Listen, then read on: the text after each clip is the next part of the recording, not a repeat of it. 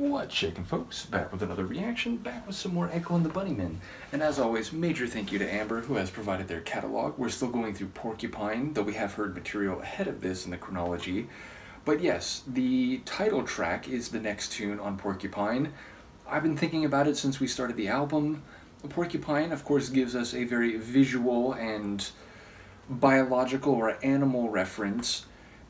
If I'm inclined to think about it more metaphorically or figuratively, I'm thinking about a creature that is spiky and which has natural defenses, but that could, of course, be only the exterior, and it could be perhaps a figurative meaning about emotional defenses or protecting oneself where you actually are vulnerable. Now, of course, there could be a narrative at play that is actually not so literal and yet not related to the figurative concepts I just thought of. So I'll try to follow what I can on a first listen. This is Echo and the Bunnymen. The track is Porcupine from the album of the same name, 1983.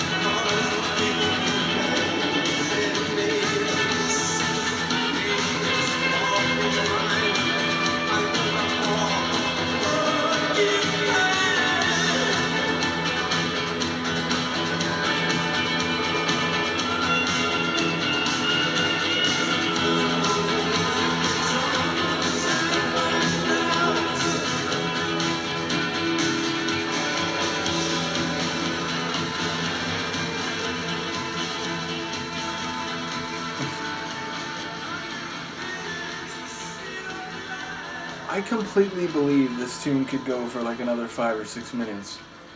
It's one of the more epic tunes I've heard from them, which I feel like is already saying a lot. But secondarily, it's dynamic. I mean, Ian's vocal performance does some different things. He's down low, and then he's going a bit almost like, I think operatic's the wrong word, almost like, and this is niche, but like French theater or something. It's very theatrical, and has a lot of charisma in it, and there's echoic qualities, and the sonics. There's so much going on. It's like there's these frenetic, energetic guitars.